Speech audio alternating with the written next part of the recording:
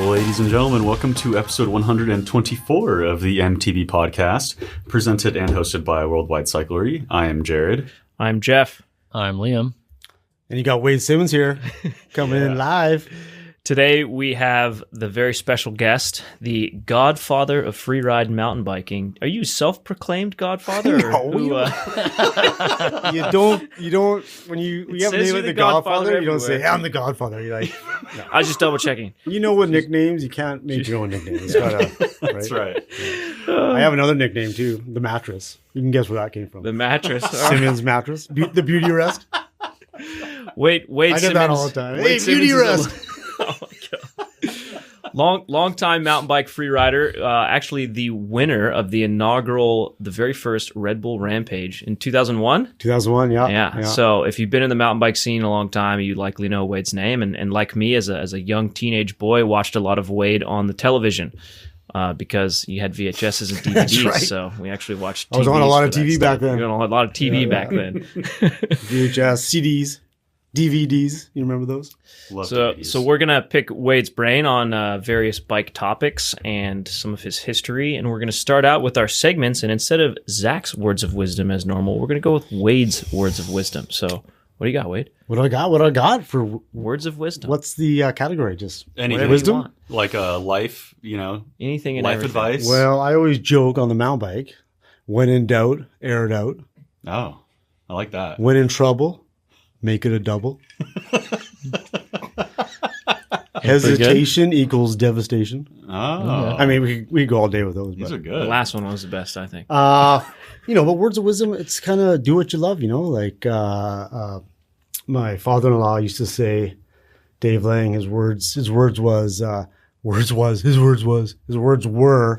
that if you find a job you love, you never work a day in your life. And that's kind of where I find myself, as a mountain biker.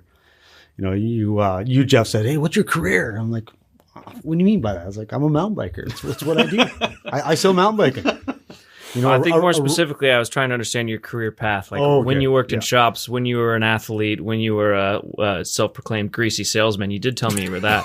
So that's what I was trying to figure out. Like, I'm the greasy salesman now. Who you've worked for or how you've made any money for. I did work at McDonald's, actually. You did work at McDonald's? Yeah, first job at McDonald's, of course. Nice. 13, 14. Classic first job. Classic right first job, yeah. It would have been cooler if you said Timmy Hortons. Timmy Hose, yeah. Because that would have been a little more Canadian. Yeah, there was less Timmy Hose around then. Yeah. So it was always McDonald's. There's always been McDonald's, right? So It's always McDonald's. yeah. Oh, man. Well, you want to hit Daniel's fun fact real quick? I'd love to. I was just looking at that. Daniel's fun fact. San Diego, California is closer to El Paso, Texas than El Paso, Texas is to Houston, Texas. Wow. That would mean that Texas is big. Texas is big. That's the conclusion. The conclusion is Texas is huge. Feel free to double check that fact because we did and it's correct. So yeah. So And that'd be double triple check. checking because we already double checked. you're right. That would be triple checking it technically if they're checking it again. And double check the last fact from the last podcast about pumpkin spice latte whipped cream consumption. Don't bother. By females. That was from accurate. I'm sure it goes up around 1925. Halloween. Yeah. Apparently, there's a pound of whipped cream on every pumpkin spice latte, Pound of according to whipped cream. Jeff. That's what the data says from the National Administration of Coffee Drinkers or National Association. I don't know what I made up. Who drinks those, though? Like Jeff does. Jeff? You see the size of those things? They're like a meal. They come in different sizes. Have you tried one? It's nice. It's good flavor. Big and really big. Calorie-wise, they are a meal, Yeah, they're dense. The entire autumn, I will be defending the fact that I like a pumpkin spice latte every so often. Big PSL guy. Do you think they just take like a pumpkin pie and blend it and then give it to you? I have no idea what the ingredients are. Yeah. Pumpkin pie is good. Pumpkin pie? Yeah, pumpkin. That's the thing. It's kind of a pumpkin pie flavored Without coffee. the fork. Without the fork. Without the fork, yeah. Pumpkin pie and coffee together. Not bad. I can't say I've ever had one, but you have me interested. I almost just sold weight in trying a pumpkin spice latte. It's He went from Starbucks one right end down of the street. spectrum, going, who the hell drinks those? And now he's like, I think I want to try one. We got one right down the street, so There you go. we'll go after this. After the podcast. Yeah. Well, Wade, we usually talk about sort of bikes and rides that we've been enjoying lately, and or parts or anything like that. Well, we're going to ask you that question. So, what bike have you been riding lately? What rides have you done, and what's been fun for you lately on the mountain bike? I get out a lot riding, so I have lots of history to pull from, recent history, but I just built myself a new Slayer, Oh, nice. which is awesome, a 2024 Slayer. And I did kind of weird. I went bike packing on it, which is odd. You wouldn't think there's a Slayer as a bike packing bike, but we did this race face pick apart, like a bike packing pick apart. And I went with this other athlete, race face athlete, Celeste Pomerantz, and because she's a bit of a kind of a crossover athlete with skiing and mountain biking, and she does some backcountry trips. So she took me out bike packing, and the reason I took my Slayer was because we were getting into a zone and we were free riding. So I was going to teach her how to free ride up on some ridges and stuff like that in Canada. So it's not the ultimate bike packing bike, but it worked awesome. That's sick. So, we weren't like going A to B. We were like, we set up base camp. And then the next day we just kind of sessioned around, like a ride up on the ridges and drop some scree slopes and stuff. And, Wow. That seems like a good way to bike pack. Yeah. Cool.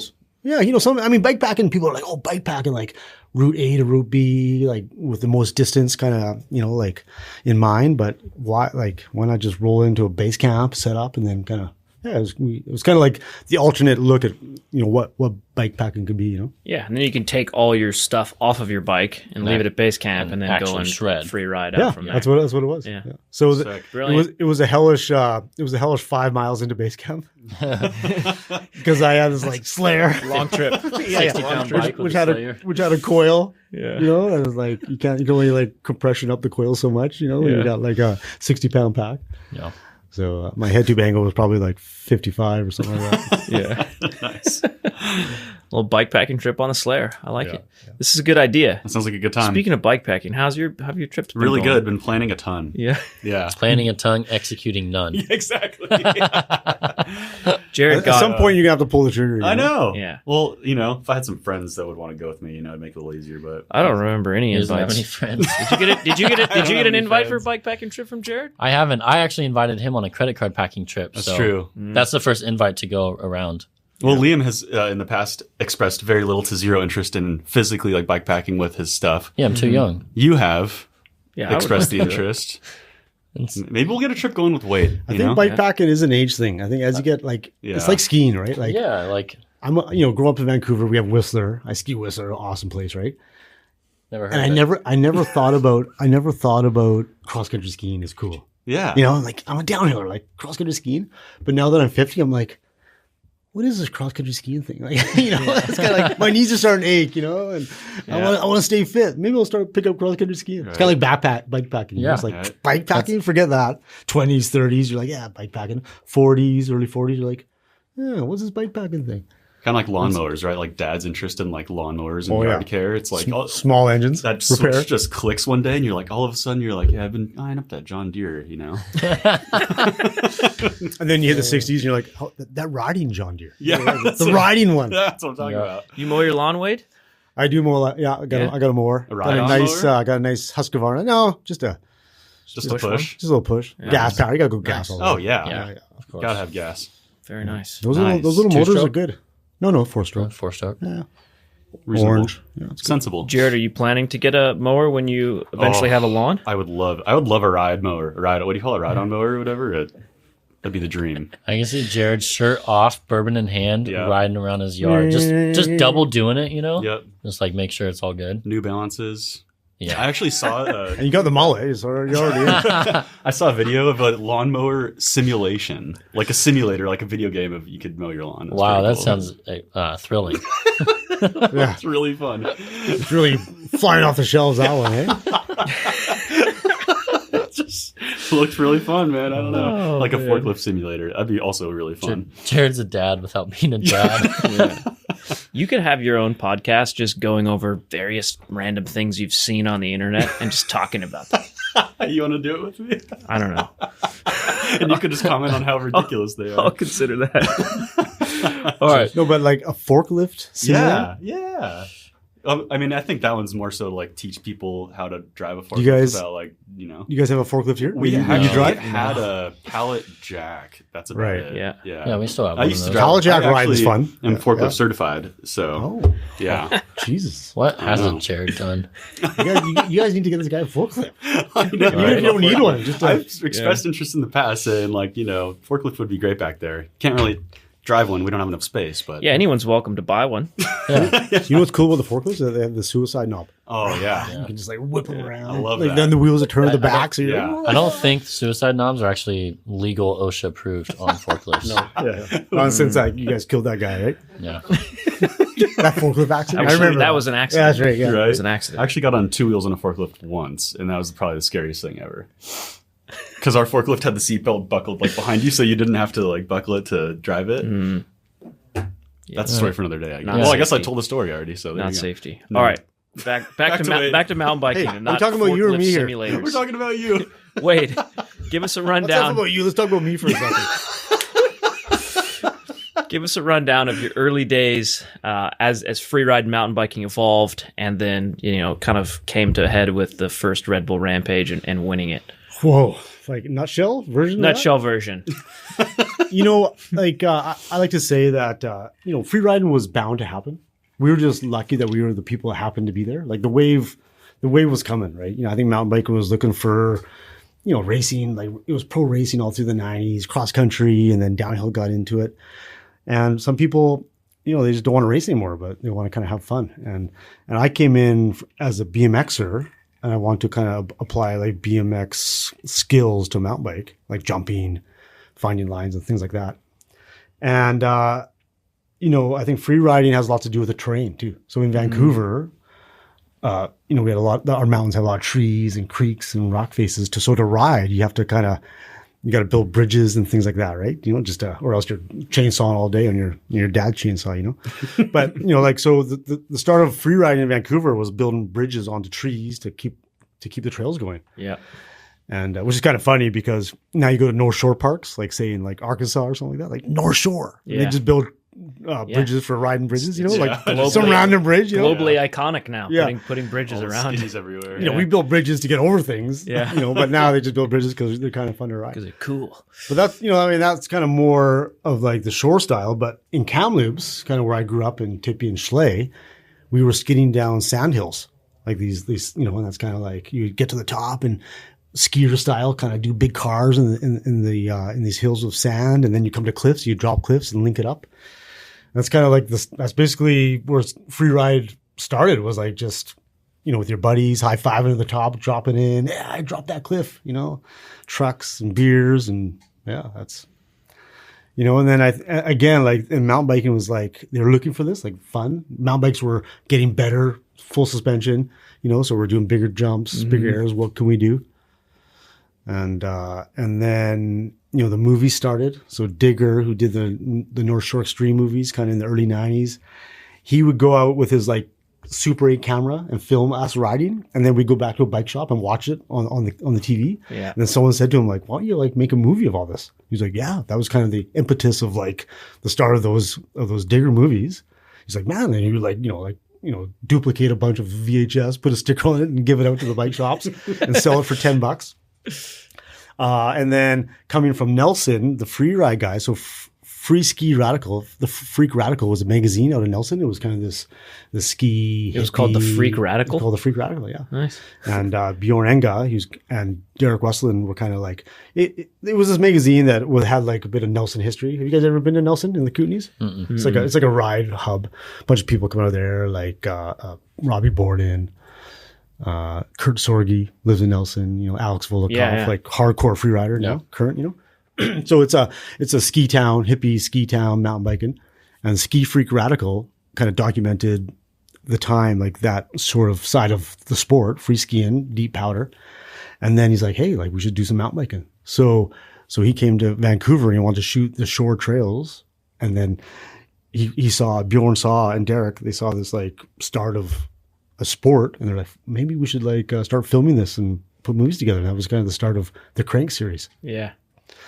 And then it happened quickly. Like I can't go into every detail. We're going to be here for hours, but and then Rocky, we were athletes. I was racing downhill and we're like, hey, let's put this, like, what is this free ride thing? So we started making movies, what everyone wants. Marketing managers want their logo on it. Why don't we sponsor this movie and put our Rocky logo on it and start a team? So that's what happened there.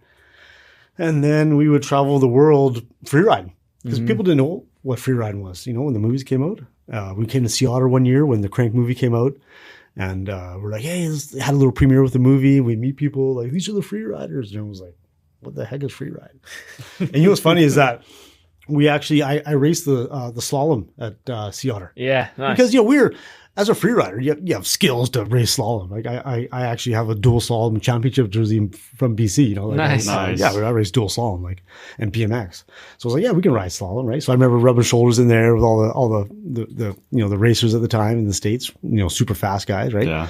Voorhees and King was there. Yeah. You know, Mike King and Eric Carter. You know, like I was like racing with these guys. They're like, who are these weird free riders? Like, yeah, they can ride a bike pretty good. and then Rocky, you know, then we had some pro free ride companies like Marzocchi, Bryson Martin at the time. You guys know Bryson, of course. DVO. He was a supporter. He saw it, right? Like Bryson got it right away. He's like, dude, you guys are onto something. A lot of the industry was like, this is a fad. Like, you know, free ride, like you guys are like, you don't race. Like, how do you qualify it? How do you quantify it? How do you make money? Is what it comes down to, right? Yeah. It's like, well, we have a baggy lifestyle look, you know, kind of more skate style. You know, t-shirts, jeans, and we just shuttle up and jump off stuff. That's basically is what the definition of free ride was. And then Bryson's like, yeah, dude, I get it. Like let's free ride. So Marzocchi got behind us, Rocky was behind us, and then we traveled the world. Movies came out, and then Rampage 2001. Todd Barber had a company. I forget his company at the time, but he's an event guy. H3 events or something like that, but he kind of got us all together and made the event happen, the first Rampage in Virgin, Utah. Do you think, I mean, how obviously free rides evolved a lot since then, and it obviously came from these roots of you guys just going out and having fun and then going out and kind of filming it in different places around the world, and then the Rampage, and now there's a bunch of contests with Crankworks and Rampage. Yeah. And it's gone from that, let's just go out and have fun and film it and make cool videos, to like, it's actually pretty competitive now and almost a little bit unnerving to watch, because what these riders are doing in the modern day is obscene. Yeah, it's crazy. Yeah, what do you think of that evolution? Do you kind of like where it has evolved to modern day free ride, or are you impartial? Or I have a look at life like it is what it is. Like it evolved to that point because it just evolved to that point. Like we can't stop the evolution. It's not what I like. Like I'm not a trick guy.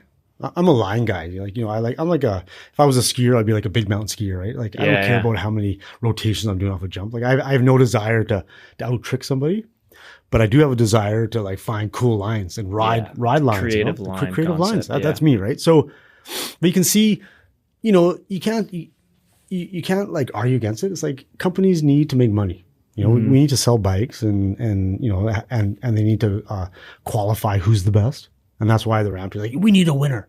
Yeah. You know how many times I had like conversations with marketing guys, like, yeah, but how do we monetize this? Like, you know, what do you do? Like, are you the best? I'm like, there's no best free ride, right? Yeah. Like, we would have these movies, and you know, like in a movie, you know, like the best part would be the last part, you know, because you want to end with a banger, right? So you'd contribute your free ride, you know, segment in the movie, and where you end up is like, that's kind of the exposure. Like, oh, you know, that rider's sick, you know, and that's how we got exposure.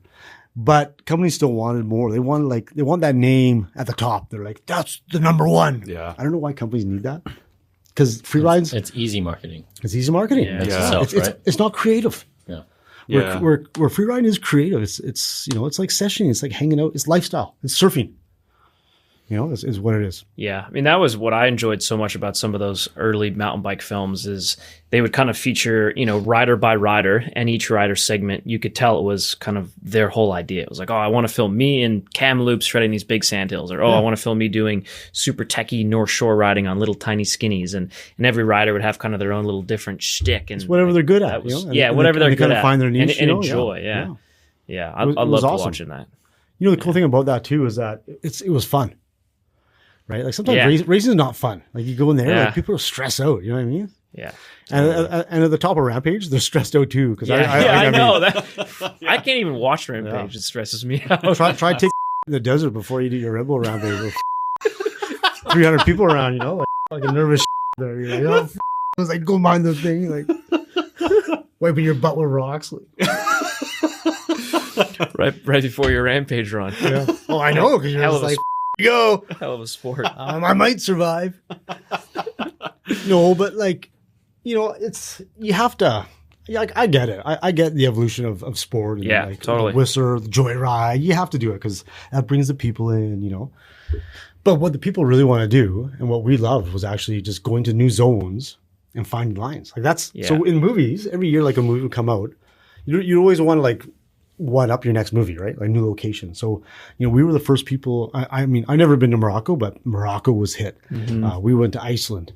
We were the first guys, Grand Junction, Utah. Like, everyone goes there now. There's like the Hills Crew. Pretty well known now. Well, yeah, we were there mid-90s filming, like skidding down these slopes. Yeah. Just kind of like pioneering, going, can we go down this road? Oh, sorry for the F-bomb there. I mean, heck, can we, can we? Sorry to our listeners for all the bleeps. We're doing our best to continue the podcast at PG-13 level. This episode's gotten a little rough. I asked Wade prior if he could not say any F-bombs. It just happens. I can't. It just happens. It's all right. I get excited, free ride.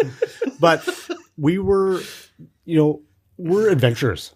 Yeah. And first and foremost, I love looking at maps. Like I love terrain. Like I call it the line disease. I have the line disease. Whenever I drive, I'm always like, oh, like what's up there? What's here? Yeah. Like just north of here, there's what's it called? There's a free ride zone with some funky rocks in there. Emigrant Valley or something. It's on the way. Anyway, Schley always he always like shot there. People have hit it before. It's kind of like some nice rock features. Nice. On the way to town, like heading a bit northeast. Yeah. The Immigrant, I think it's called Immigrant Gap or something like that. Yeah. It's when you leave, but dude, it's sick. Like we were the first guys there. We would go over when Google Earth came on. We would scour Google Earth for like terrain to ride. That's awesome. And then, we pioneered lines like the mushroom drop in Moab. No. There's an iconic line in the Bartlett Wash. There's a mushroom rock, and you can come off the edge and kind of hit the tranny on this mushroom rock. Like we were the first guys to hit that. It's the only mushroom you like. So much, yeah. It's only mushroom. I like, yeah, I hate cooked mushrooms. I learned about an hour the ago. psychedelic Wade ones hates are not mushrooms. and sour cream and mayonnaise. And sour cream and mayonnaise. That's it for everything else. What do you think was of all free ride movies ever made, not just ones including you, but just in general, what was the one that kind of impressed you the most? Well, if you were to recommend a free, like the top 3 free ride movies to someone who's just getting into the sport or loves watching free ride, what would you say? Jesus, that's a question. That's a heavy question right there. Because you're setting me up for like failure. Like that's not it. That's all right. Wait, that's the wrong movies. No, I'm not going to dog your answers.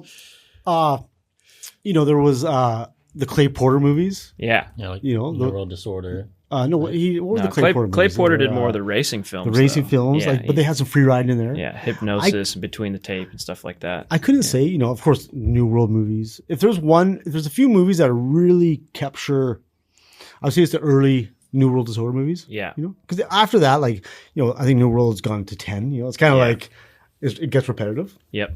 But I think they really caught their stride at number 3, 4. Mm-hmm. Simmons Cranked. I agree. And the soundtracks were amazing back then, too. I think that was probably before you had to license any of those songs because they were just using anything and everything. Yorley Ricker, who did Shift and Ride to the Hills. Mm-hmm. Ride to the Hills was an iconic film that kind of,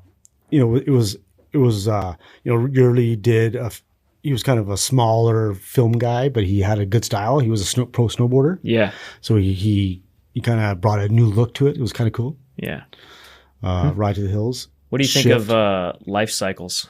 Life Cycles, yeah. I mean, of course. I enjoy that. Everything the Anthill guys do. Yeah. Yeah. More kind of lifestyle, travel-based. Yeah. I feel like shots. it's almost Planet, like National Geographic Planet Earth meets mountain biking. I mean, creative take on it. Dude, I don't have every movie, I can pull up on our computer, but there's so many good ones. What about you, Jared? I love Life Cycles. That's one of my favorites. That's definitely one of my favorites for sure. Yeah. Liam?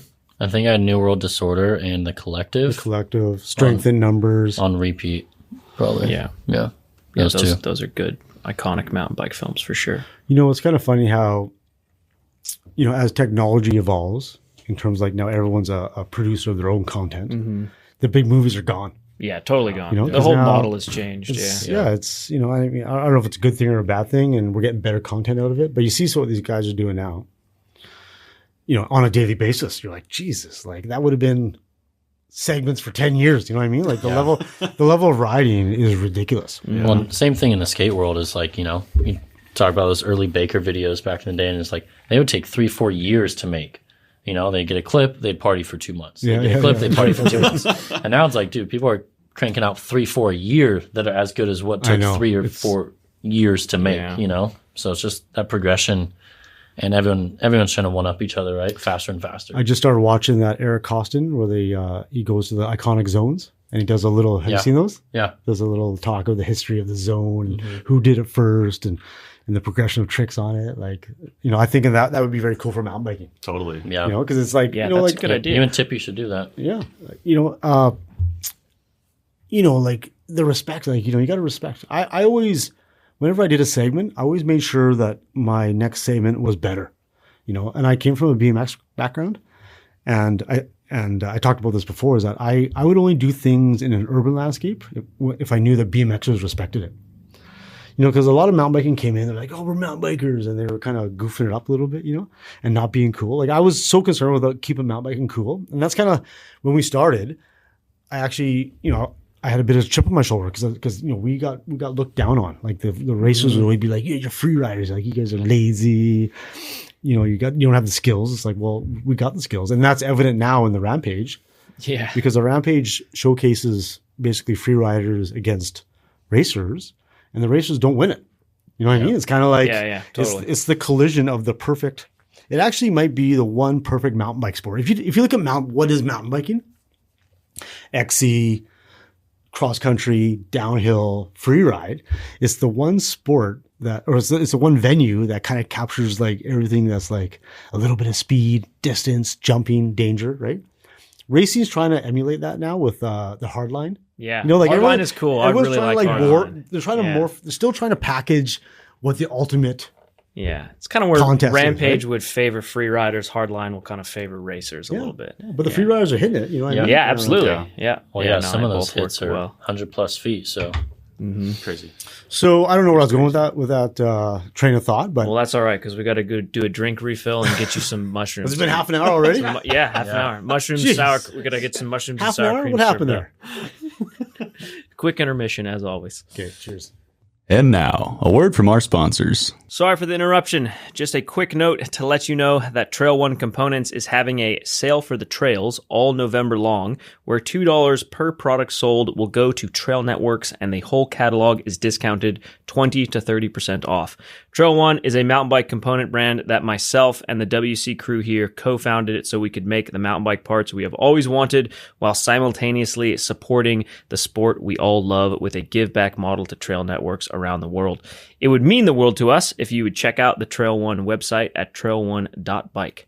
Thank you. And seriously, thank you to anyone who has checked out Trail One, Kettle Mountain, or shopped at WC recently. It means a lot to myself and our crew here and goes a long way. Genuinely appreciated. And now, back to the show. I don't. Part two. Terrible. is it the after hours MC? He's a lyricist. My daughter, like every time I try to sing, she's like, "Dad, don't sing." Even if you're good, your daughter would still say that. I bet Jay-Z's daughter says that to him. That's right. Dad, listen. Stop rapping, Dad. He's talking to Jay-Z. All right, Wade, before we hop into some of the listener questions that we got just for you, Yeah. you want to give us an update on what you've been up to lately in this Godfather's Garage shenanigans? Oh, don't you want to talk Godfather's Garage? Yeah, bro. Love to. Oh, what are you up to lately? I've asked you like 6 times, like various questions, and you just kind of like meander around them and not answer them. Hit me with this one. I like to keep on the gas. Keep on the gas. Keep productive. I started doing some sales repping, so I'm kind of quasi mountain biker, doing a little sales stuff now. Mm-hmm. Keith Stark, my partner, he has a business called Switchback Sports, and we rep Rocky, Raceface, Fox, Marzocchi, Easton, and Ride Concept shoes. So that's what we have in the agency. Yep. And for like 4 years, 5 years, I've been kind of repping a little bit in BC. It's like BC is great, right? Like it's a mecca for mountain biking, so Absolutely. business is always good, always booming in BC, right? And he's an old buddy of mine from North End. We have like. We're hanging out together, talking, future plans. And we want to offer a product. We're like, you know what? Like, yeah, we like repping stuff, but we want to bring our own product to the market. You know? What should we do?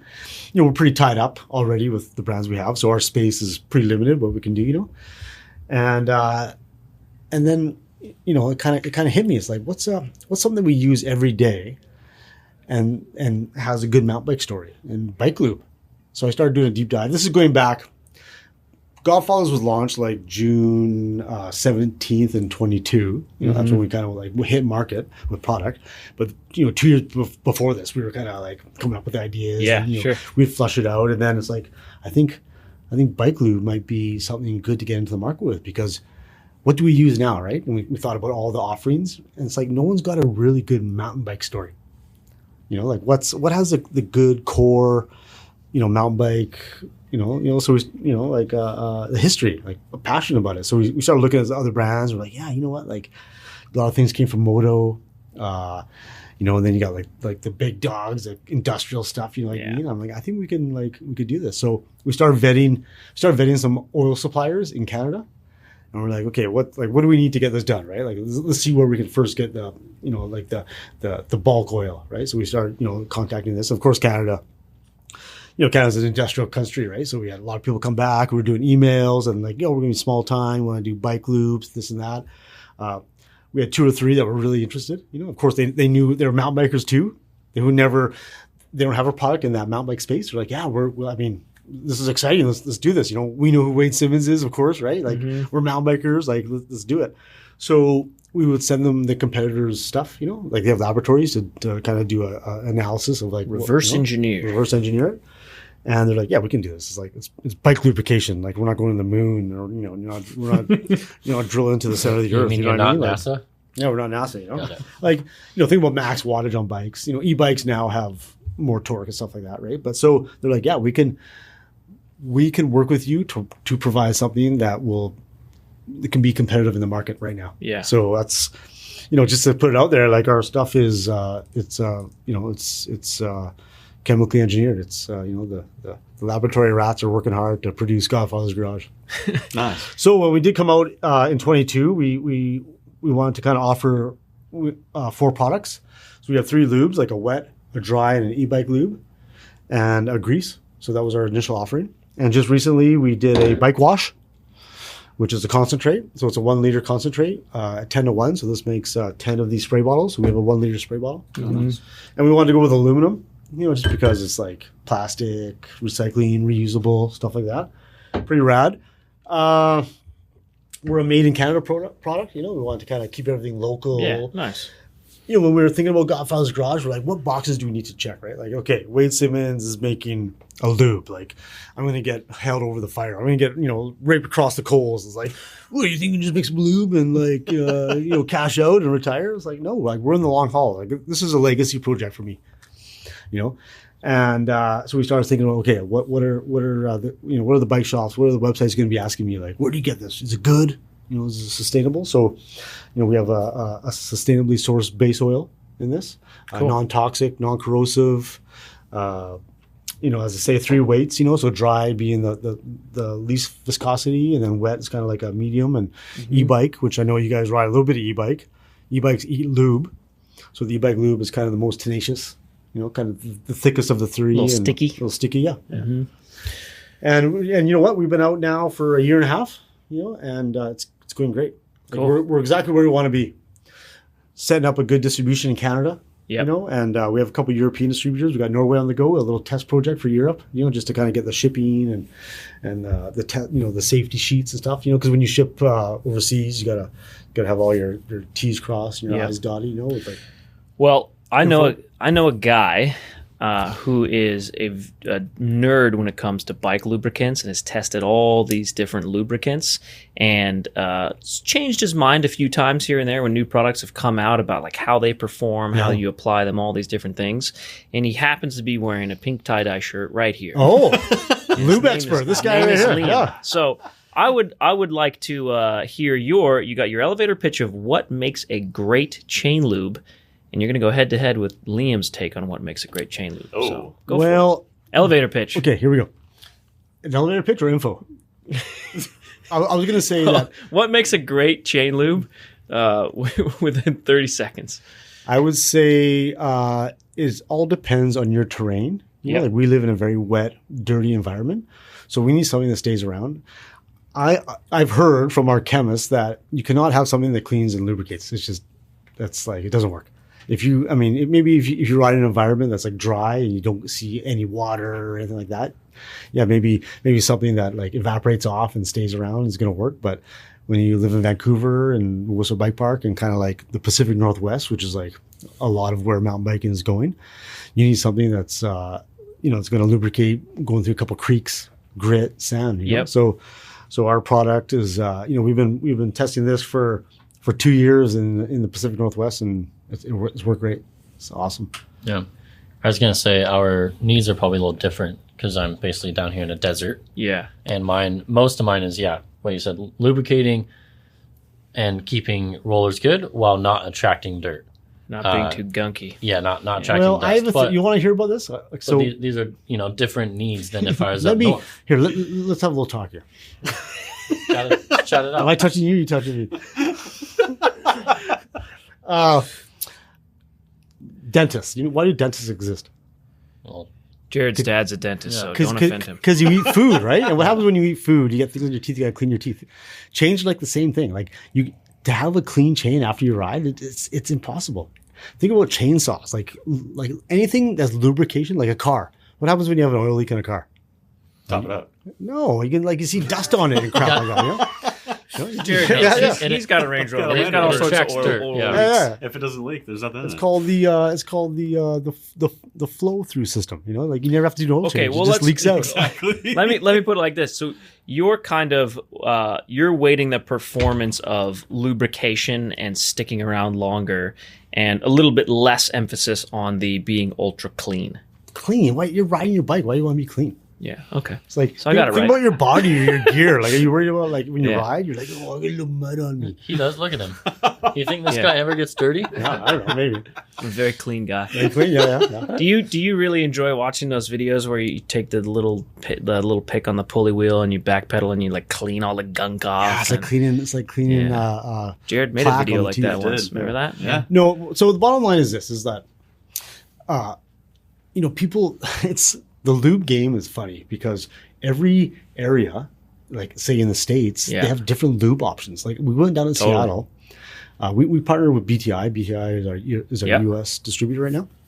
And so we did a couple of drops into some shops in Seattle. And like what they use, I can tell you, is like much different than what a lot of people think, We wanted to be, we have like a 1% for the planet. So we're kind of like sustainable, green, biodegradable, right? And some places don't give a yeah, don't give a shit heck. But you know what I mean? It's kind of like, we want to be there because we knew like moving forward in the future, everyone wants to be green, environmental conscious, things like that. Like, that's why we went for the aluminum bottle, recyclable, made in Canada, sustainably sourced. But there are some lubricants out there, not to name any names, that are not like that. Yeah. And people love them. Yeah. And it's like, well, we thought about we looked at doing Teflon, and Teflon's a forever chemical. We're like, we're not going down that road, Yeah. It's kind of like you can't be there this day and age. Yeah. So I think, again, we have these guys who we're working with, these chemists. They've been in the game like 30 plus years in heavy industry, food industry in Canada. So they're kind of the leading edge of technology, and we're confident that our products will stand up to anything if applied right. That's the biggest thing with lube is applying it right and keeping up with it. It's like, well, I put it on and now my chain's dirty or it makes noise, and it's like, well, you didn't apply anything right. So full disclosure here, our demo driver in Canada for Rocky, visits the dealers and does demo rides. He was testing our stuff for 2 years. So we had and we have a bike shop. I got a couple of buddies in North Van, big bike shops like Lynn Valley Bikes. We would give them our prototype, our samples, and say, "How's this? How's that?" And they get back to us. Yeah, this one's this little, little light, little heavy, whatever, right? And so we had like lots of real world testing, and Pat Cox, our demo driver, he's like, yeah, this stuff works. It's the best I've used. Killer. Nice. I like it. Well, game on, because Liam's going to now test it on my bike and his bike and Jared's bike. And Liam might be a clean freak. I mean, it's like, what's your favorite lube right now? Right now I use Squirt. You're not a wax space guy, are you? Yeah, I am. I don't know what to say about that. Wax doesn't work for us. It's terrain based, right? Like you go through two. Well, you have a dry version, right? Yeah. So like we can't compare a wax-based lube. It's not necessary for where you live. You're riding in more wet, muddy conditions. So, but you've got a dry one. So we're going to test your dry one because we ride mostly in the dust. You go through a couple creek crossings with wax base, and you basically don't have a wax chain anymore. So it's over. It's apples to oranges. Do you squirt? You don't have to cook it on. No, just a lube, just a liquid. Yeah. I don't have that much time. And it's emulsified, right? It's like it doesn't. You have to shake it. Yeah, I mean you shake it up a little bit, but no, it's good to go pretty much. Yeah. Don't worry, we're going to give your stuff the test. And report back. I've done the deep dive on lube, and there's so many options. It's kind of people kind of. It's like toothpaste. They like Crest, or they like Colgate. You know what I mean? It's kind of like they don't. But when you win confidence over, and that's where Godfather is going to be. We're confident in what we have to offer, and it's just it's kind of product recognition. Awesome. It's going to take some time, right? Yeah. But we're not a lube company. This is our legacy. Like we're starting with lube, but as you can imagine, we're going to go whatever's in a garage, right? Mm-hmm. And then when we came up with the name. Because I'm a mechanic, right? I was a bike mechanic for more than a decade. I build wheels, it's like I can do anything. I was a mechanic for Schley and Tippy riding because those two are useless. There's actually a really good question related to that, so don't give us the full rundown now because it's going to come up. But all right, cool. Appreciate the take on that stuff. Always good to talk lube, Liam loves it. Really gets them going. Bit of word of advice, back to the words of wisdom. Mm-hmm. You don't use dry in the bedroom. Oh. Dry lube, not good. That makes sense. Yeah. This leads perfectly into our first listener question, which Jared can read off. It sure does. Wade, what do you think is the weirdest mountain bike innovation these days? The weirdest innovation, like the weirdest thing you see that's like coming on mountain bikes or coming out like offering I'm thinking about it right now. I mean it's tough, like that steering stabilizers that Canyon came out with, Have you seen that stem that's like almost behind the stem that comes straight up right. I think the cable routing is getting too out of control. Mm-hmm. Like headset cable routing. The headset cable routing. It's not innovating at all, right? It's creating more problems. It's creating more problems. Yeah. I mean, we ride a lot, and we ride in wet, dank conditions. Yeah. And you got to change stuff out. Like, imagine how much of a headache that would be to change cables and things like that. It is. Yeah. I used to have an old Klein bike. Remember the old Klein Pinnacle was my first good bike. Yep. And it had that white sheath going through the frame, and the cable would get bunged up. You know what I mean? It's just. Dude, it's a headache. Yeah, agreed. The wireless stuff is cool. Yeah, because you're getting but then it looks ugly. The big shifters, mountain biking is going through a weird time right now. Yeah, agreed. What is good is anything that improves the ride. Like that sort of stuff doesn't improve your ride. It's just it's all it's kind of aesthetic. Yeah, it's all aesthetic. Yeah. But I mean, we were talking about tire inserts and stuff. But I get it, right? Tire inserts are good. Angling the seats kind of rad. I had that idea years ago of the seat angle, the anomaly kind of thing. That's pretty cool. Dropper posts, of course, were the biggest innovators. Game changer. Yeah. I was joking. Imagine a handlebar. Because you guys ever hit trees with your pinkies? Yeah. Imagine a handlebar you could slide in to miss a tree. Yeah. We were joking about how around that you hit a button, you'd be whoa. I think they said the same about. Hey, don't sell that. That could be that's good. Same about stem droppers. You drop your stem down to go uphill. You raise it up to go downhill. Yeah, not bad. Yeah, not bad. Wow. Like old Talus forks, but they actually work. I'm I'm an old school rider. I'm a set it and forget it guy. I don't use compression levers or knobs. I learned to pedal efficiently. Yeah. Mm-hmm. So I'm a bad guy to ask for that sort of stuff. And especially with Rocky too. looking at my career, I'm a trail guy. I'm a ride experience dude. I don't care what I'm riding. You know what I mean? Like, we thought about like bringing bikes, offering bikes, like with Keith going back on product. We're like, yeah, maybe we should do like our own bike brand. It's like, you know what? I don't really give two hoots what kind of bike I ride. If it feels good and the angles are right, it's like, it's good, I'm not a tester that way. Yeah. Because I like riding ball tires. It's like, yeah, it didn't work.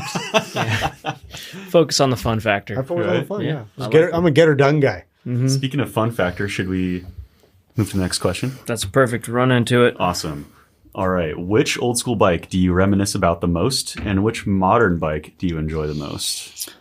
Well, the modern bike, of course, the e-bike. I love e-bikes. Nice. Just because they're tools. They're simply a tool. When Rocky brought out the first power play in 2017, I did a video on that, and I said in the video, I'm like, the possibilities of these things are amazing. They're not going to kill the mountain bike, as in like people still cross country ski or ski tour. Right. Everyone thinks like mountain biking, the template's set, like bike park. Oh, they have ski hills. It's like, it's not rocket science, ski touring, cross country. Mm-hmm. But e-bikes is like a pocket shuttle. Yeah. Mm-hmm. I'm a dad. I got 2 kids. I got a professional wife. She works. I have limited time. Mm-hmm. And when you have an hour and a half to ride on my muscle bike, let's call them the muscle bike, I know how far I can go in that hour and a half, right? Yeah. On an e-bike, you're like, man, I can what can I do? Yeah. That's go a lot farther. So I see it as a tool. riding. I see it as a tool. Yeah. It's simply a tool.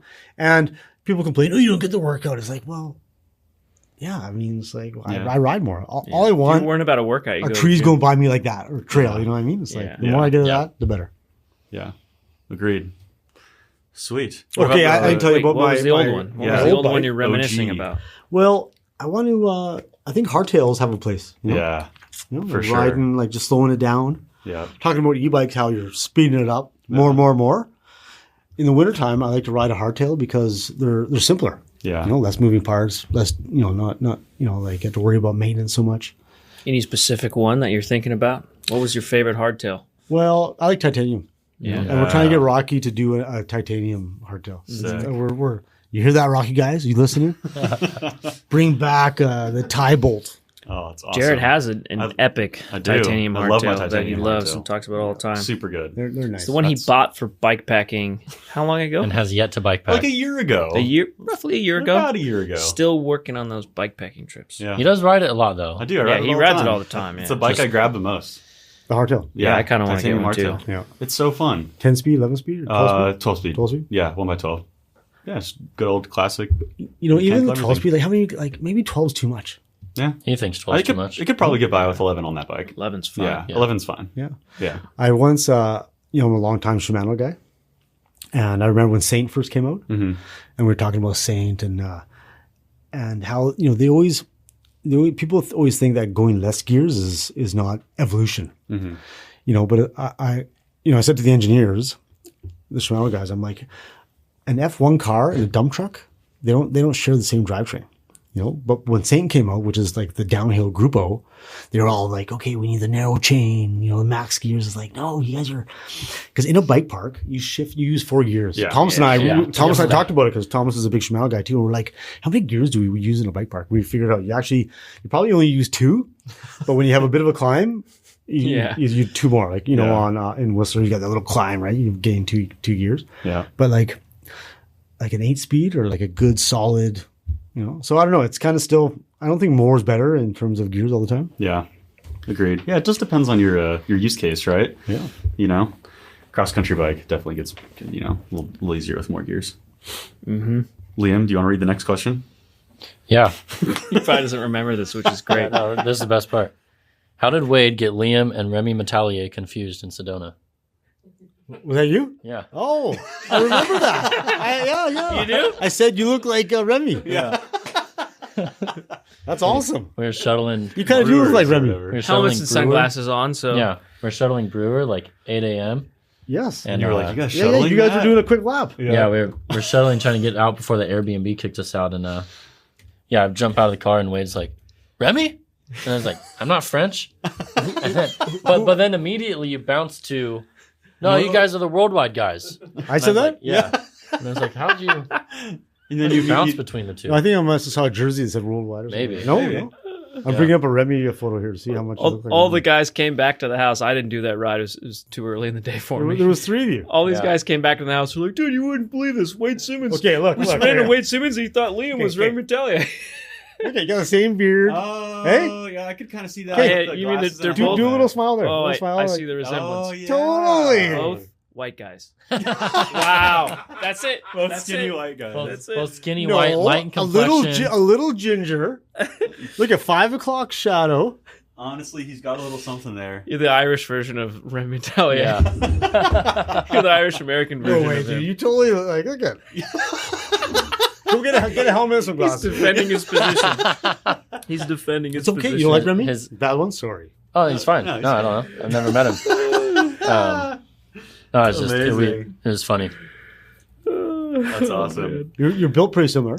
That's true. Yeah. Lean, So- lean means fight He's machine. going to stick and defend his Yeah, position he on is. this one. So Wade's stance. I'm still. I don't blame you. I don't think they look that different. You're right. I do remember that though. Well, and That's I- awesome. That was awesome. Eight that, in was the morning. that was after the snow. Yeah, it was- Snow. Yeah, That's it was right. the Snow Donut year. You couldn't, last you couldn't year. ride the whole weekend, so that was the first day you could actually ride Brewer, and we're like, we can't go to Sedona and not actually get riding in. Yeah. So we all woke up early and made That's sure we awesome. got You were a there couple as well? laps. Yeah. Yeah. Yeah. We were shuttling it, so we had odd man out. We had 4 of us, 3 Oh, were man, riding. yeah. I think we got Awesome. 3 laps in, or Yeah. 4, and everybody got 3 laps. Yeah, you're with a bunch of Rocky guys. Too I short, think. eh? Yeah. Oh, that's such a good trail. That's the trail we rode the day before in the afternoon. Right? Yeah, with the that guys was the from best Rebel. trail in Sedona.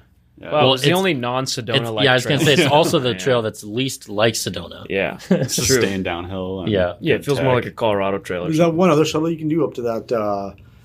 What do they call those zones? The Hogs. vortex. Oh yeah, Oh, There's yeah. a one vortex one you can Vortex. get some Yeah, drops yeah. down. Yeah, Yeah. it's kind of fun. nice. It's like that. What about Joe That's the one Fox's story about the shuttle. Vortex? He loves that story. Oh yeah, we have Where a they friend moved who it loves or- he loves to talk about the vortex. He's like, you hear the story about the vortex?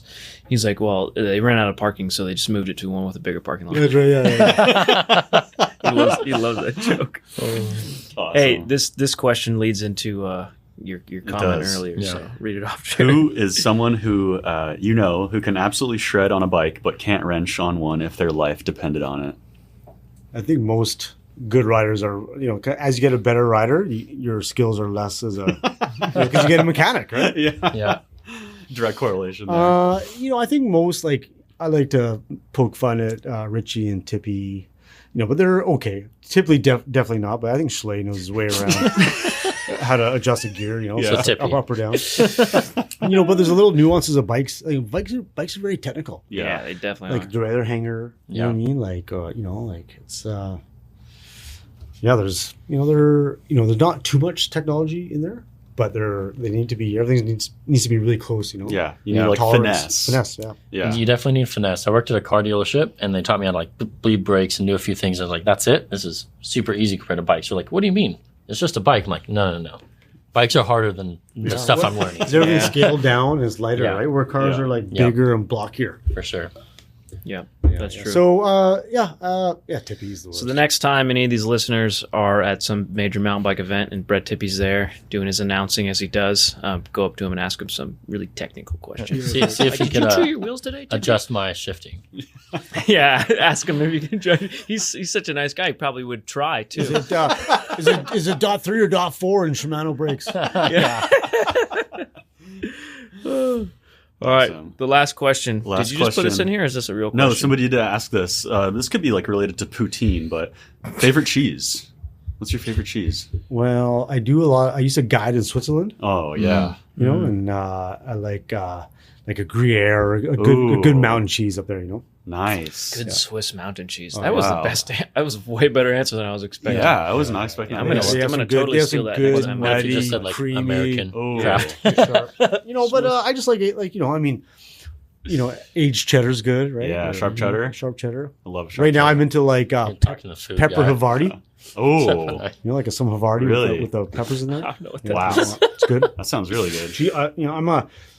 I love I'm a keto guy, right? Cheeses and like salamis. Yeah.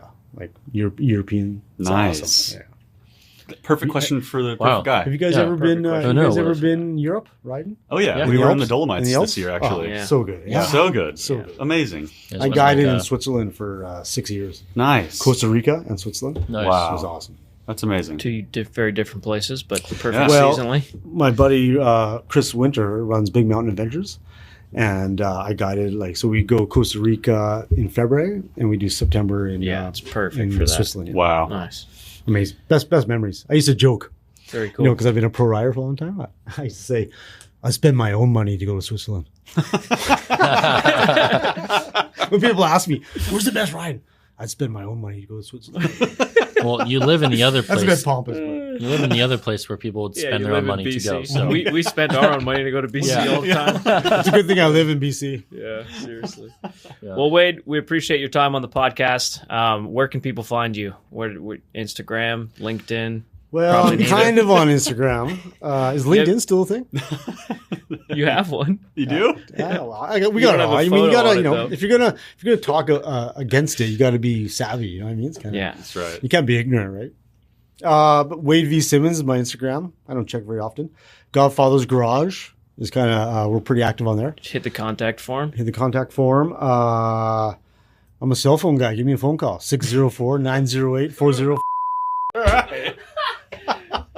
Well, that's your treat for the end of this podcast. Yeah. If you listen this far to the end, you just got Wade Simmons' cell phone number. Feel free to give him a you call might and or ask him might about not chain have lube. dug yourself a hole right there.